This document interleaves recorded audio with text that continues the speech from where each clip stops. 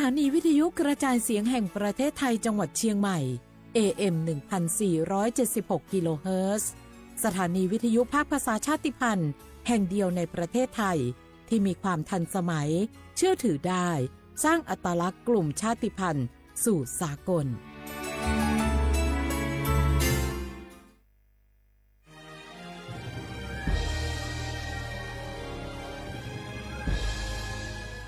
เกิดเป็นคนไทยเติบโตบนผืนแผ่นดินไทยจงภูมิใจในความเป็นไทยชาติไทยเรานั้นนับเป็นชาติที่มีความเป็นมาเก่าแก่ยาวนานเรามีภาษาวัฒนธรรมและมีสิ่งต่างๆที่เป็นเอกลักษณ์ให้เราได้ภาคภูมิใจในความเป็นคนไทยเราควรเห็นคุณค่าและมีความรักชาติหวงแหนแผ่นดินอันเป็นมรดกของบรรพชน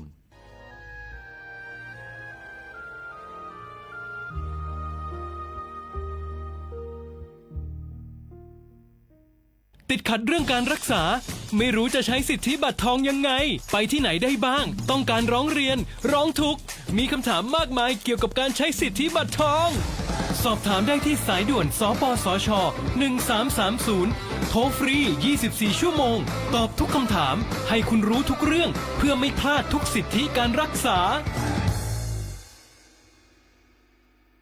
ข่าวดีของคนที่ใช้สิทธิบัตรทองหรือบัตร30 บาทเมื่อเจ็บป่วยเล็กน้อยใน16อาการเพียงยื่นบัตรประชาชนก็รับยาได้ที่ร้านยาใกล้บ้านที่มีสติ๊กเกอร์ร้านยาคุณภาพของฉันให้บริการดูแลอาการเจ็บป่วยเล็กน้อยจะปวดหัวปวดข้อเจ็บกล้ามเนื้อมีไข้ไอเจ็บคอปวดท้องท้องเสียหรือผดผื่นคันเข้ารับบริการที่ร้านยาได้แล้วเภสัชกรจะคัดกรองอาการเบื้องต้นรับยารักษาตามอาการไม่เสียค่าใช้จ่ายใดๆสอบถามเพิ่มเติมสายด่วนสปสช1330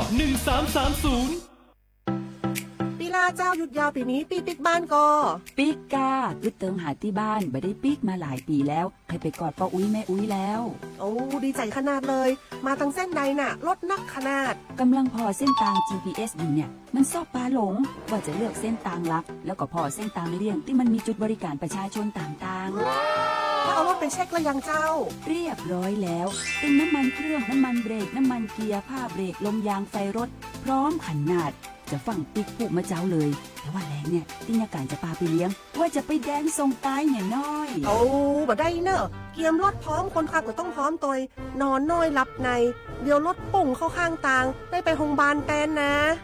แต่อันต่อไปละเดี๋ยวเช็คเส้นทางเสร็จพี่จะไปนอนละปิกบ้านปลอดภัยนะพี่เดินทางปลอดภัยใส่ใจกฎจราจรด้วยความปรารถนาดีจากสำนักงานประชาสัมพันธ์ที่3กรมประชาสัมพันธ์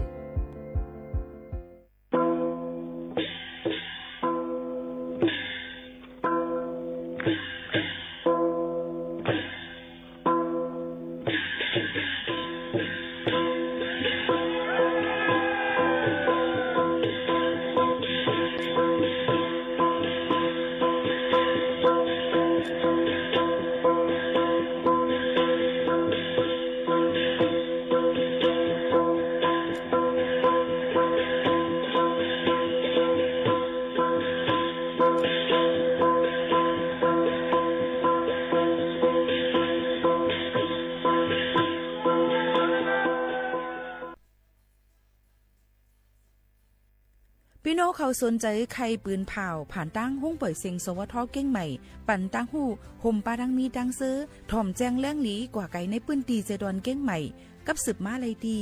สวทเก้งใหม่หมายฟ้น053-276-068และ0922468579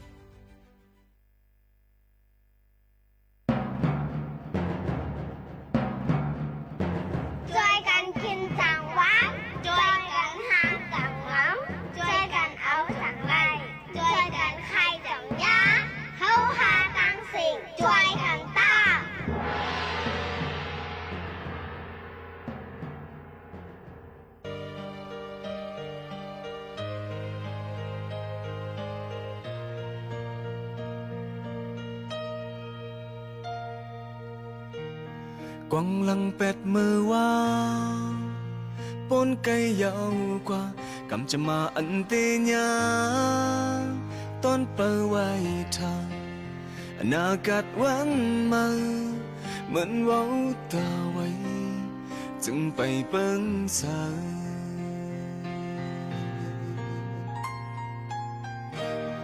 มังปกเลยหุบยาโอ้ยก็เจอเขามังกลาปันข้อความตกตุ้มกอกเหล่ากินเหยาขึ้นพาดปอกเหินเพิ่มมันปั่นจังในปนส่วนมากำในเตะสักยาวยาวกาเตไลจังตูคิงสับต่อบานเตไลทิ้งยาวลองตุกขันเมื่อวันหลังลอบาเลยน้ำตามาไก่ยาและหูตัวยาวสีสับในกว่านาเตะเตอขาดเจอแห่งยุ่มและแห่งเจอใน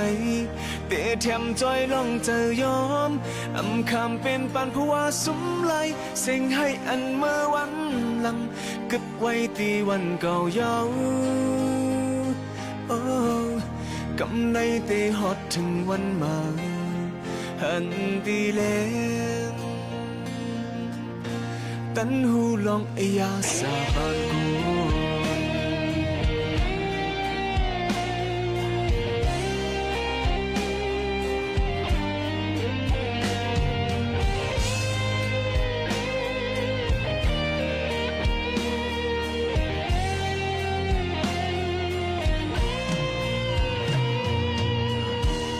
เอาเจอเป็นไม่พายกุมตัวเจ้าเก่าอำย่อนเจอลองอ่านหัดวนหัดสร้างมาส่งวันมาเหมือนหับห้องทางไล่เป็นภาวะเก่า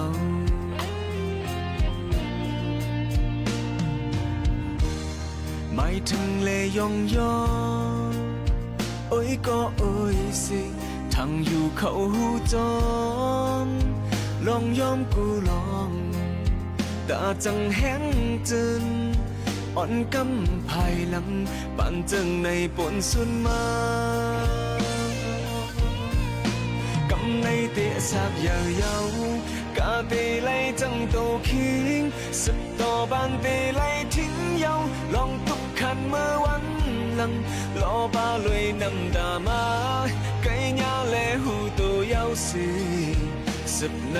กว่านาเตะเตอขาดเจอแห่งยุ่มและแห่งเจอในเตะแถมจอยลองเจอยอมอำคำเป็นปันเพราะว่าสุมไหลเสียงให้อันเมื่อวันหลังกึดไว้ตีวันเก่าเยาโอ้กำในเตะฮอดถึงวันมาหันตีเล่กำในเตะสักยาวยาวกาเตไลจังตัวคิงสับต่อบานเตไลทิ้งยาวลองตุกขันเมื่อวันหลังลอบาเลยน้ำตามาไก่ยาและหูตัวยาวสีสับในกว่านาเตะเตอขาดเจอแหมยุ่มและแหมเจอในเตะเทมจอยลองเจอยอมอำคำเป็นปันเพราะว่าสุมไหลเสียงให้อันเมื่อวันหลังกึดไว้ตีวันเก่าเยากำในเตะฮอดถึงวันมาหันตีแลงตันหูลองไอยาสาบานโกน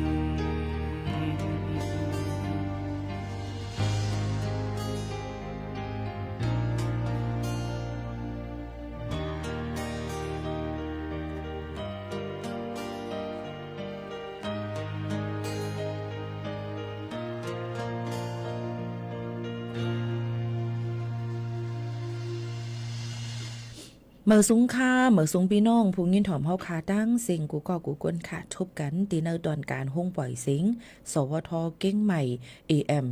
1476 กิโลเฮิรตซ์ปืนปล่อยเสียงกูวันๆพอถึงมาข่าวยาม10 โมงถึง 11 โมงกลางในกลางค่ำอยู่จอมขาวหมู่ขาวนุ่นสุภาวันเชื้อสารวินเป็นอุ้ยก่อเอเซปอแม่ปีๆน้องๆเขาตีห้องปล่อยเสียง AM 1476 กิโลเฮิรตซ์ตีดังไลฟ์ในค่ะตั้งเฮิรนสอบเพจสวทเก้งใหม่ AM 1476 กิโลเฮิรตซ์ค่ะเยี่ยวก็ด้วยตั้งไลฟ์ TikTok เฮาค่ะตีแตงโม MKN ในค่ะ เมื่อได้ถึงมาในวันศุกร์ที่8เดือนธันวาคม2แห่งปลาย25ปีใต้2แห่ง1ปากปลาย19ปีก็1แห่ง3ปากปลาย87คู่ถึงมาเหลือนเก่าเหม่อ14ค่ำบ่เป็นเมืองใต้เฮาค่ะได้เป็นเรือนเก่าม่วนเย้าในนั่นค่ะกว่ากัน1วันค่ะเนาะก็เปิ้นนั่นแหละพี่น้องเขาอยู่ที่จำที่ไกเจ้าคือเกยอย่างพุทธภาษาในก็ได้อ่อนกันคึงปองให้สร้างการตั้งหลีกู้สู่กันก้าวันศีลวันธรรมเว้ยกูวันนั่นค่ะนะเนาะพี่น้องเขาค่ะยกก็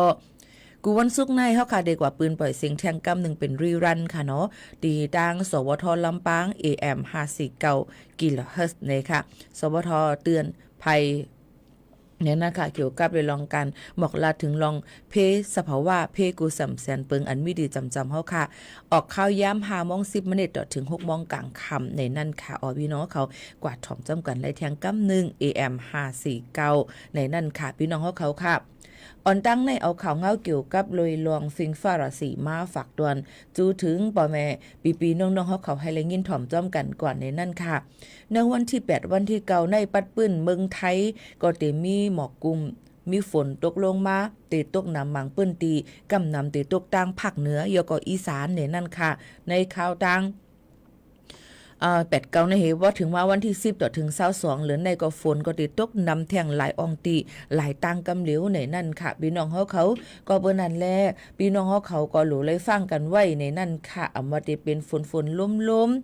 เจ้าให้เจ้าสนเจ้าหน้าเขานั่นเนี่ยก็หลูเลยหางเฮียนไว้หมักเข้าเต้าน้ำสวนพักเยอนั่งคิวเฮาคาหนังหือป้อติมีลองลู่ซุ่มน้ำตัวสัตว์อันเฮาคาเลี้ยงไว้นั่นมาวัวควายหมูไก่เป็ดเตรียมเจอในก็หลูเลยหางเฮียนตีอยู่ด้านเซาเขาหนังหือมันป้อติยาน้ำลูกน้ำทมน้ำน้องจึงหนังไหนค่ะเพราะว่าพี่น้องเขาตีกว่าไรไปไรในก็หลูเลยหางเฮียนไว้จองเสือเฮฝนในค่ะโยกบ่ฮอกาจอมเสียนตาใส่ตั้งหลูฟังไว้เสียนตั้งเต็มมึนเจ้งหนังไหนค่ะพี่น้องเขาเพราะว่าเด็กกว่ากลางแคมปิ้งกว่ากลางเต้นจะไหนเห็นนอนจะไหน1แค่หลูเลยไว้ฟังกูน้ำน้ำน้องกูลินหยดดินกลดินปังกับจอมตาหอยสันร้อยจะไหนก็หลูเลยฟังไว้จอมต้นไม่ใหญ่ลงจะนั่นก็กูผ้าผ่าหลังเต็มเจ้งหนังไหนค่ะพี่น้องเขาตื่นถูกลิเลยไว้ฟังไก่เพก็หลูเลยเวเพในนั่นค่ะก็มาฝากตอนจุถึงป่อแม่ปีน้องๆเขาให้เลยยินถ่อมจำกันเจ้งหนังไหนค่ะโยก็เมื่อไหร่ได้เป็นวันที่8เดือน8ได้เป็นห้องว่าวันแมวลุมฝ่าในนั่นเขาแมวอันว่านั่นก็เป็นตัวสัตว์อันหนึ่งที่มันอยู่จอมเพิ่นจอมเมจอมวัดจอมกองเนี่ยค่ะโยก็เปิ้นก็ได้มีหลายชื่อพันธุ์นั่นค่ะเนาะเด็กเปิ้นก็ไว้ลองลองเกี่ยวกับไปลอง World Cat Day นะคะเป็นวันแมวนะคะลุมฟ้าในนั่นค่ะนี่ก็เป็นเพียงเปิ้นฮู้ตั้งอันที่เฮาค่ะถูกเลยฮู้สิเอามาฝากตวนจูถึงป่อแม่ปีน้องๆเขาให้แรงยินถ่อมจอมกันในนั่นค่ะพี่น้องเขาค่ะฝนยังตกหลายตีหลายตั้งค่ะเนาะพี่น้องเขาดีกว่าอะไรไปอะไรก็หลูเลยฟังไว้ตั้งเมืองไต้เฮาค่ะนั่นหลายตีไหนก็มีปลาดังเฮ็ดเฮาน้ำน้ำทมน้ำนองจอมวันจอมสวนป่อแม่พี่น้องเขาตั้งนำตั้งหลายลองตั้งเจอในก็ย้อนยินมองเจอจอมยก็อยู่ให้ย้อนปั่นแห้งเจอให้ลูกจื่นขึ้นมาต่อสู้กว่าขันเพิ่เสกำในนั่นค่ะเมื่อวันที่7เดือนธันวาคม2แห่งปลาย25ข้าวย่ำกังคำมอเกาม่องปลายนั่นนะคะเป็นมีลองอิงสั่นแผ่นลินไว้นะคะยันเงาดีไผ่เจียงจ้านวันตกนะคะเวงตับกุ้งนาลินเนปิดอยันไก่หมอก11ลักนั่นตั้งลึกไต้ลินมี10กิโลเมตรตั้งแห่งสั่นไว้มีอยู่ 4.5 ริกเตอร์ในนั่นค่ะก็เปิ้นนั้นลองตั้งเจ้าในก็เพศสภาวะอันดีเกิดขึ้นมาเลยห่ำหัวมันติเกิดขึ้นมาเมื่อไหร่ในนั่นค่ะก็กับเพศเจ้าในเฮาก็ตื่นดูเลยฟังกันไว้ในนั่นค่ะพี่น้องเขาค่ะอันนี้ก็เอามาฝากตอนถึงป่อแม่ปีน้องๆเขาให้เลยยินถ่อมจำกันในตอนการเฮาค่ะที่ในย่อก็หลูเลยห่างเฮียนฟังกันไว้ในค่ะอำมาได้เป็นลองเพกึ่งกลางจอมเส้นตาสายตางอำมาได้เป็นลองเพสภาวะอำมาได้เป็นเพลองตั้งเป็นโรกะจิมเจ้าในเฮาค่ะก็หลูเลยฟังโยก็หลูลองได้ถึงป้ายอยู่หรือเฮาค่ะกูก้นในนั่นค่ะเฮอไก่ห่างลองตั้งเป็นกูสำแสนเปิงเตเตอร์หลีหรือเสเปิ้นในนั่นค่ะในก็คัดเจอเอามาฝากตวนจูถึงป่อแม่ปีน้องๆเขาให้แรงยินถ่อมจำกันเจ้าหนังไหนค่ะพี่น้องเขาค่ะก็มาถ่อมจำกันค่ะเนาะแต่เรียกว่าค่ะอ่อนกันกว่าหรือเจอถ่อมด้วยเพียงความหมันหูถูกใจกันกว่าจงขึ้นมาอุบโอจอมกันเทียงกำนึงในนั่นค่ะว่าเต็มมีลองตั้งอีสังพองหลายในนั่นค่ะพี่น้องเขาหรือใจถ่อมด้วยเพียงความหมันหูถูกใจกันกว่าค่ะนะ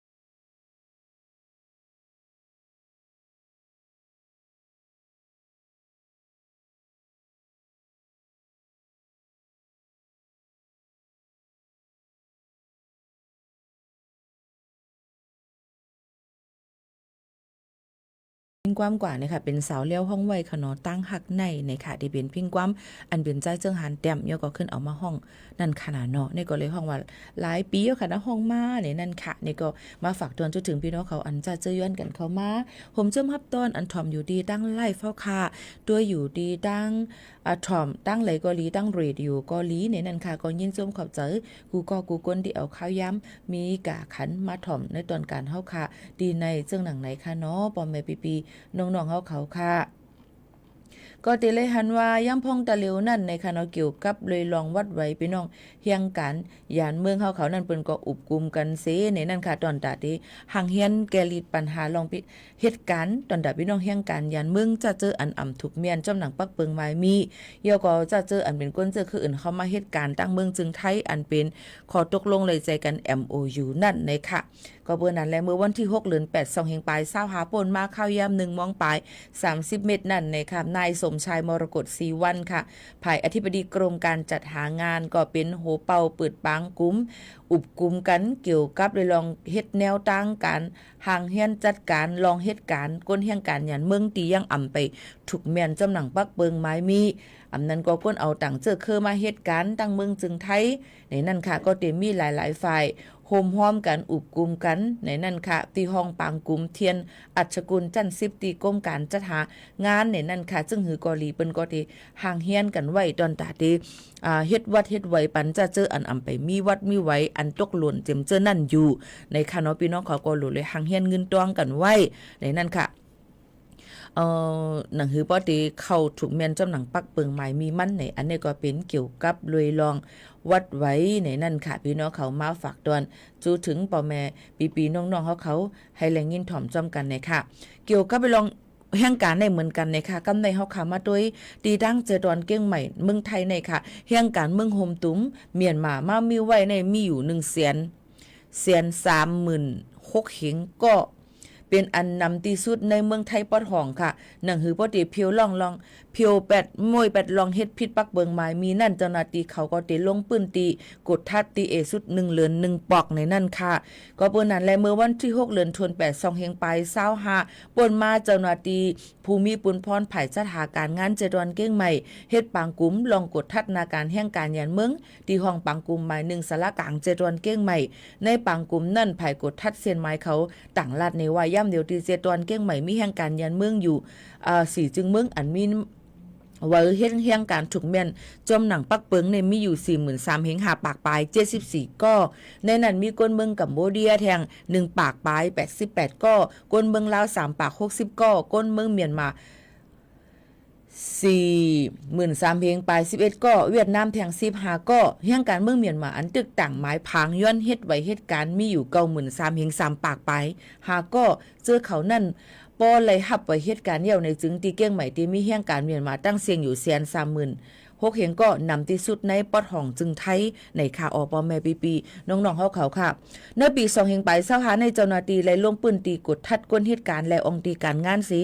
ไล่เอาตั้งพิษเจอป่นเปลี่ยนหมายมีก้นเหตุการณ์ในเหตุการณ์ในการอันอ่ำมีศูนย์ละเฮ็ดอยู่2ปากปลาย14ก็อันค่ายนายจางปอเล่งไม่เล่งเยี่ยวอ่ำป่องข่าว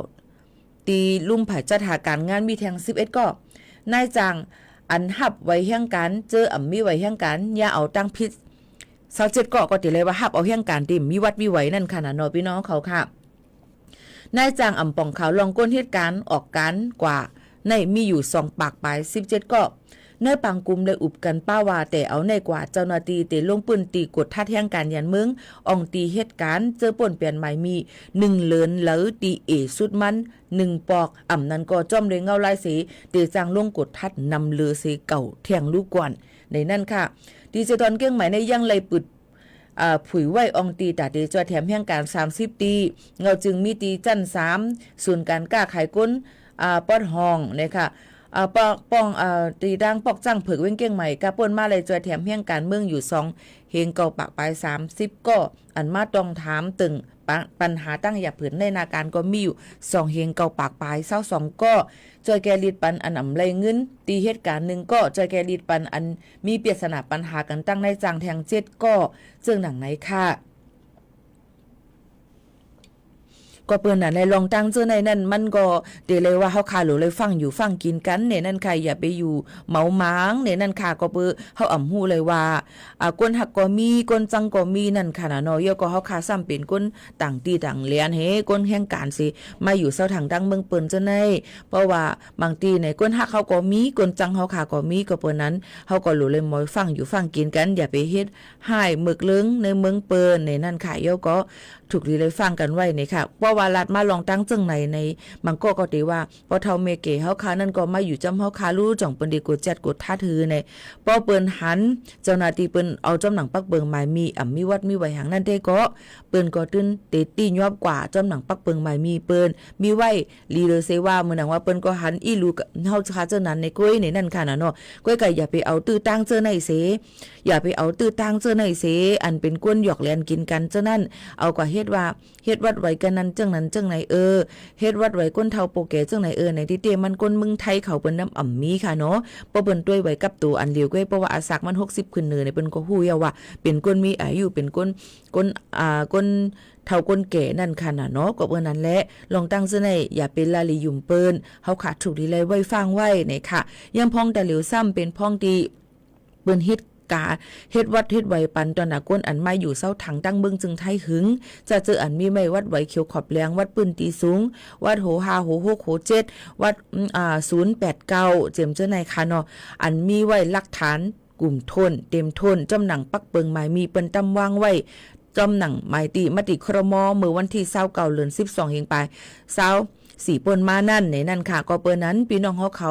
มันก็ได้ถามว่าค่ารู้จ่องเฮ็ดไรค่ารู้จ่องเป็นไรในนั่นหลักฐานมันข่ามหันสังซื่อว่าพี่น้องเขายุ่มย้ำว่าดองวัดไว้พี่น้องเขามาอยู่เซาถังดังเมืองจึงไทยไรหึงในจึงพี่น้องเขาห่างเฮียนหลักฐานเอกสารสิกว่ายินดองถามที่เจ้าหน้าที่ภายลุ่มใจเว้งที่พี่น้องเขาเฮ็ดวัดเฮ็ดไว้นั่นเดลีเลเซเปิ้นในนั่นค่ะก็เปิ้นนั้นลงตังเจอในก็หลูเลยคัดเจอห่างเฮียนไว้เพราะว่าพี่น้องเฮียงการแทงห้ำเพราะว่าค่ายองค์ที่เหตุการณ์ค่ายนายจ้างในหลูเลยกว่าแจ้งค่ะนะบ่อ่ำกว่าแจ้งในก็ตีแลไม่ต่ำเหมือนกันย้อนนั้นแหละวัดไว้พี่น้องเขานั้นมันมีหลายคักตอนหลายอันเนี่ยเฮาถามแต่โต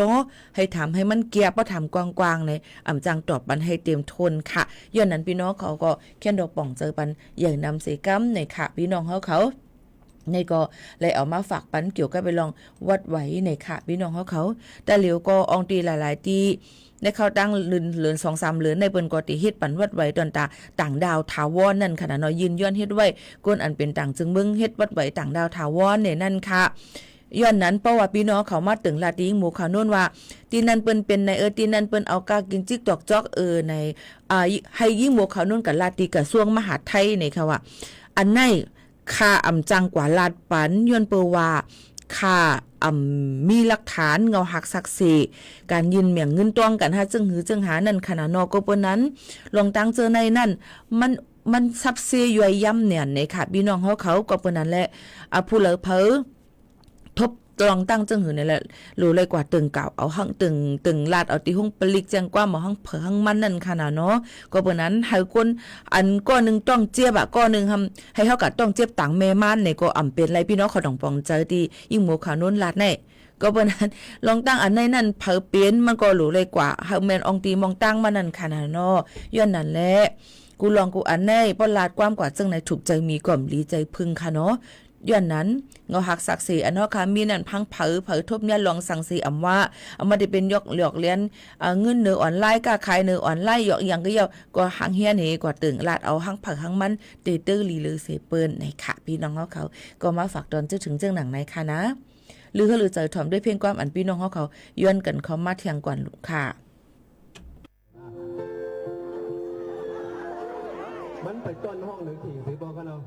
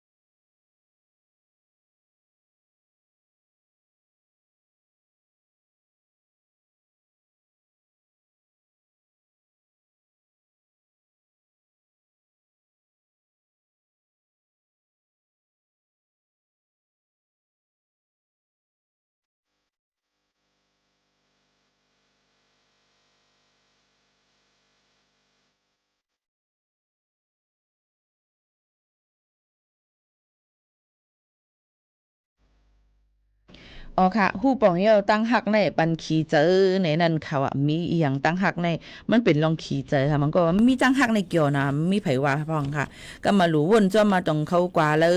จ้องเขาอยู่ลีนี่เป็นการขี่เจอเป็นการวนสอนจ้อมอยู่ล่อนเยี่ยวในนั้นค่ะเหมือนกันเยี่ยวในนั้นค่ะลองตั้งการผาดยานกัน5การอำได้อยู่จ้อมกันก็ตีก็ตั้ง5เนี่ยมันก็ตีมีนั่นค่ะนะเนาะลองไม่เจอกันจังหนังไหนในนั่นค่ะอ๋อค่ะพี่น้องเขาอยู่จ้อมค่ะที่ห้องปล่อยเสียงจ้อมกันตีในนั่นค่ะอะไรลองเลยอันต้องถามมาวัดใหม่จองเปิ้นได้ปืน5มือไกลตึกหันลาดกว่ากุ้ยว่าเปิ้นตีหางเฮียนเฮ็ดไว้ปันอยู่ตอนตะก้นจะเจออันมีวัดไว้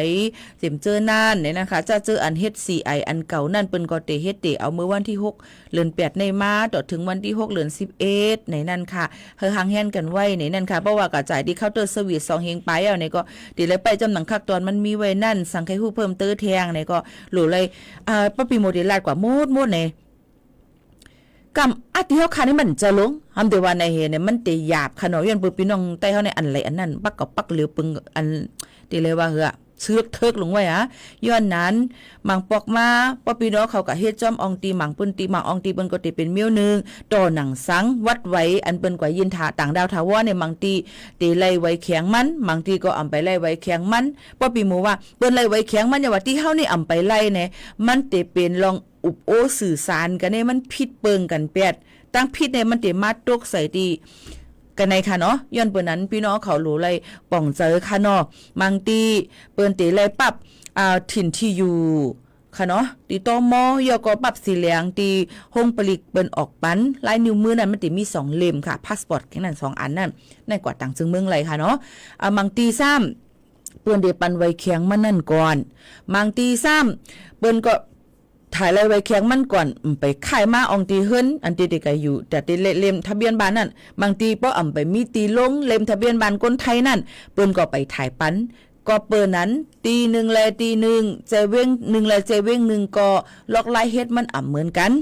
บางทีลงมื้อล้อแลกันกว่าหมดหมู่ปอก1ปอก2ปอก3บางทีเปิ้นก็เหมือนหนังตั้งมีองสอนเปิ้นก็สิเฮ็ดว่ามื้อใดสิเป็นปอกในนาบอนปังมูน่ะเมื่อได้เป็นตั้งวันปังล่อน่ะเมื่อได้เป็นตั้งในสวยน่ะในเปิ้นติลาดกันเป็นหมู่เป็นตวนจังนั้นค่ะนี่ก็เปิ้นนั่นแหละบ่ถามค่าค่ามีข้อตอบปันยืนยันปันให้มัน 100% ให้มันเต็มเลาะกูลองกูตีไล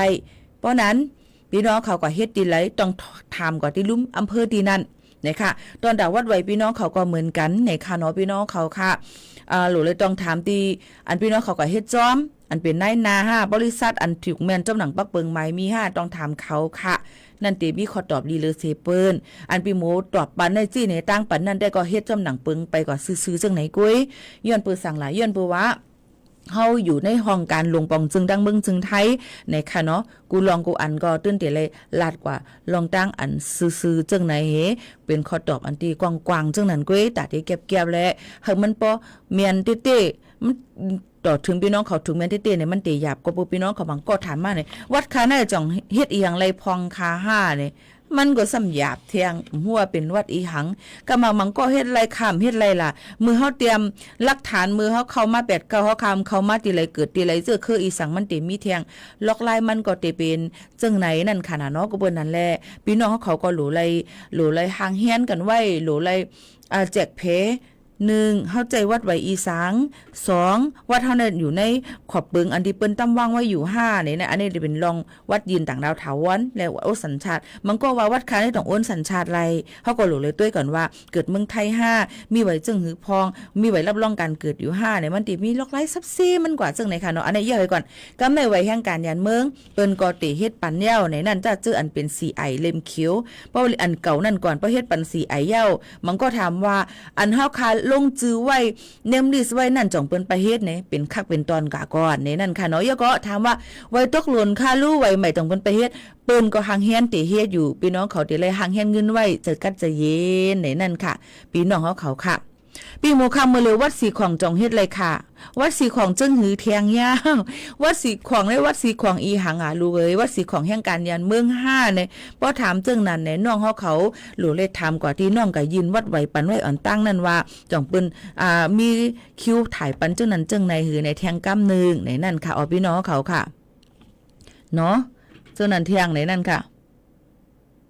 กลุ่มต่อวาด13ปืนปุดต่อปันเย้าค่ะ5ปีกลุ่มต่อวาด13วัด13เมียวหือค่ะแน่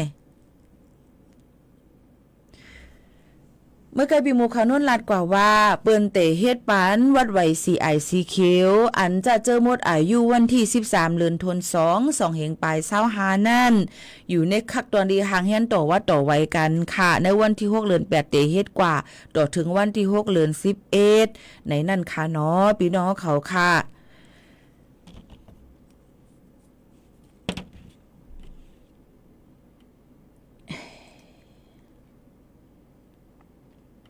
มาถมได้ข่าวก่อนเที่ยงอิดอ่อนนึงค่ะพี่น้องเขาค่ะลองวัดลองไว้กึดลือไว้ก่อนเหมือนหนังคาลาดนั่นยาวนี่ค่ะเนาะเป็นวัดไวอีสังเจิ้งหือเนี่ยเอาหักศักดิ์ศรีหลักฐานสีต้องทำกับตีลุ้มตีเฮาคากับหลูเฮ็ดหลูนั่นเดลีลือเซเปิ้นในนั่นค่ะพี่น้องเขาค่ะเมื่อวันที่6เดือนธันวาคมป่นมากลใจกองป่นเปลี่ยนกันจันดูหลายลูกอ่อนยิ่ง8ขบเงี้ยนคอ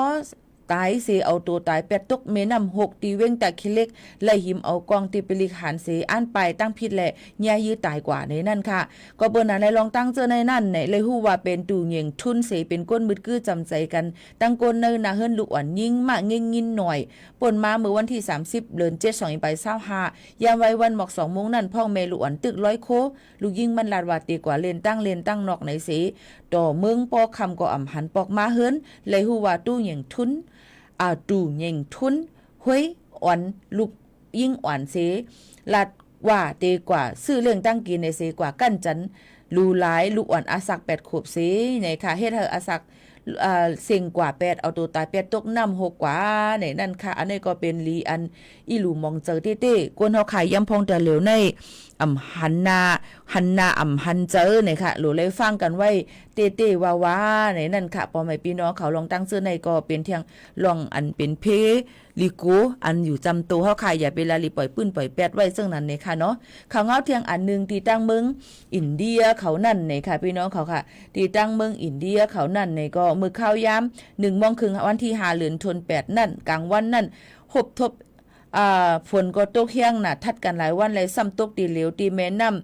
ำขี้ยากิงกานั่นค่ะตอนเหนือนั่นเฮ็ดเหินนำตั้งกลุ่มลิ้นเนี่ยค่ะป้อเลยกึ่งกลางไหลลงถมเสวันตารารีในค่ะในเจเมืองอุทาราการในค่ะเมืองอินเดียเลยมีลองลู่ซุ่มตั้งนำตั้งหลายค่ะพี่น้องเขามีก้นลู่ตาย4ก็อันหายหลายไว้ที่มีหมอกปักปายกอบเบอร์นำลกลินกลที่เมืองอินเดียนั่นในค่ะนี่ก็เป็นลองเพสภาวะอันหนึ่งเหมือนกันก็ลีอีลูมองเจอเต้ในนั่นค่ะพี่น้องเขาค่ะมีลองลู่ซุ่มน้ำเตะในนั่นค่ะพี่น้องเขาก็เปิ้นนั้นลองตั้งเสื้อในก็มันเป็นเพศที่เขาค่ะฮู้เลยว่าเตเกิดขึ้นมาเมื่อหรือจึงหือในพี่น้องเขาก็รู้เลยอ่อนกันคัดเจอเนี่ยค่ะฟังกันไว้หรือเสไว้ฟังในเอามาฝากตอนจุดถึงพ่อแม่ปีน้องๆเขากูก็กูก้นตั้งหมดตั้งเสียงให้ไหลยินถ่อมจำกันซึ่งหนังไหนค่ะพี่น้องเขาค่ะหรือใจถ่อมด้วยแทงเพียงกว่ามันหูถูกใจกันก่อนค่ะ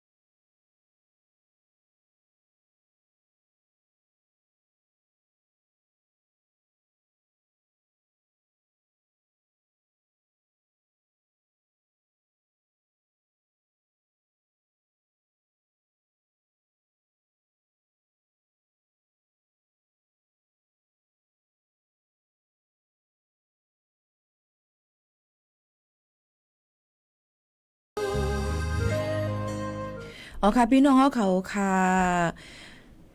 เขาค่ะมาทบกันในตอนการเฮาค่ะที่ในเนี่ยค่ะยินชมเข้าใจอย่านำค่ะที่ต้องทำกันเข้ามาเนี่ยค่ะหลายรองหลายอันเนี่ยนั่นค่ะคัดเจอเอามาฝากตอนจุดถึงกันอยู่ในตอนรุ่นสุดในนั่นค่ะมีขอความฝากตวนเนี่ยค่ะอายาเนี่ยนั่นค่ะเป็นก้นเจ้าอาขาขนอจื้ออย่างและจื้อวันนั้นกูพี่น้องเขากวางเที่ยงอายาเนี่ยนั่นค่ะก้นเจ้าอาขาอยู่ที่เก้งแสนเจดวนเก้งไฮย้อนฝากข่าวหามเนี่ยค่ะไอยีเป้งเนี่ยนั่นค่ะเวียงป่าเป้าเนี่ยนั่นค่ะผัดยันกันหึงเย่าอ่ำหัวมีอยู่ตีเลยตั้งเลยเพราะว่าไอยีเป้งในยังไรยินถ่อมข่าวตีไอยาฝากปัญญาในจึงให้กับสืบมาตีหมายฝนปีใจไอยานี่ค่ะเนาะ092-7099-557 092-7099-557 4กัมในอันนี้ก็เป็นข่าวเงาฝากตอนมาในนั่นค่ะพี่น้องเขาค่ะกูก้นค่ะยังว่าเพราะว่าใครข่าวเงาฝากตอนเมื่อตั้งเฮือตั้งเย่เนี่ยค่ะก็ยังห้องหับไปอยู่นั่นค่ะนะเนาะอยู่ที่จำที่ไกลซึ่งหือก็อุตรงตักมาจำกันไล่ในนั่นค่ะยังพ้องแต่เหลียวเข้ายามมดเสียงเยี่ยวค่ะเดย้อนผัดยานปอแม่ปีน้องๆเขาเมื่อกว่าเยี่ยวค่ะส่งขึ้นทบจำกันเที่ยงค่ะมอนค่ะเหมือสูงค่ะ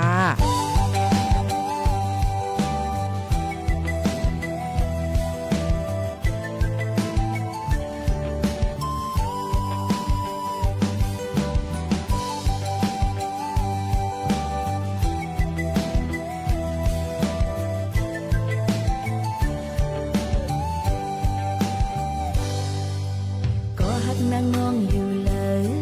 ผาดยันใจเฮาปีฮือเจอกลางเจอน้องสาวอ่านคือทมยาหบทุบเก็บกำหนึ่งมองข้าวเฮืออยู่เนอเจอน้องอยากขันจมสู่กับสั่งใจเฮาเป็ดยานไปน้องกว่าใจมือมีอยู่เลย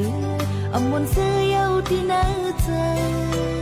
ห้องยามเลยผาดข้าวต่างขึ้นมา1 วัน1เคยหัน